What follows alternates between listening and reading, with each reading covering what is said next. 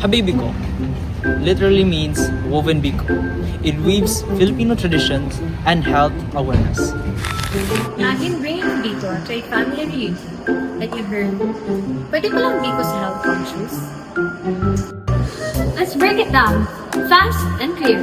Number 1, strength. Healthy, local, and familiar. Number 2, weaknesses. Slightly higher price due to better ingredients. Number 3, opportunities.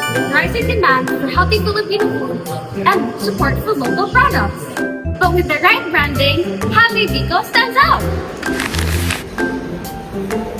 Now we're at Fab Analysis, featuring natural ingredients and brown rice. Advantages, lower sugar and higher fiber. For benefits, you can enjoy Biko without worrying about your health.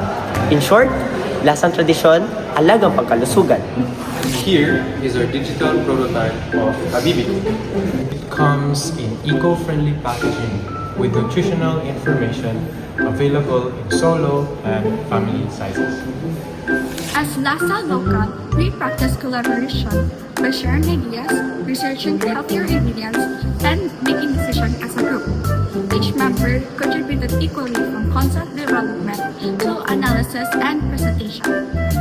Biko or Biko Local proves that Filipino food can evolve without losing its roots. We are not just selling a product, we are preserving culture a healthier way.